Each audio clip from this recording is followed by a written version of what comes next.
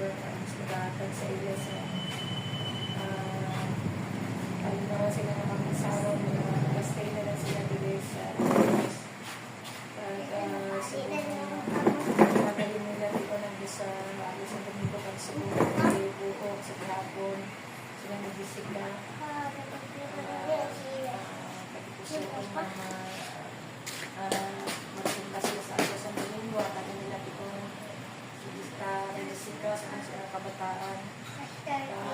So kung kay pag-alikaw sila sa hapon, sa ilan nilang bilangin,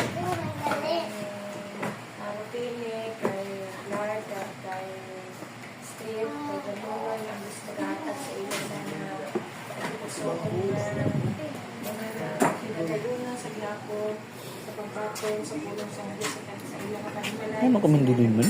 Ba't ang bilablabi? Gusto nga man. Sa Domingo, Ano eh? sa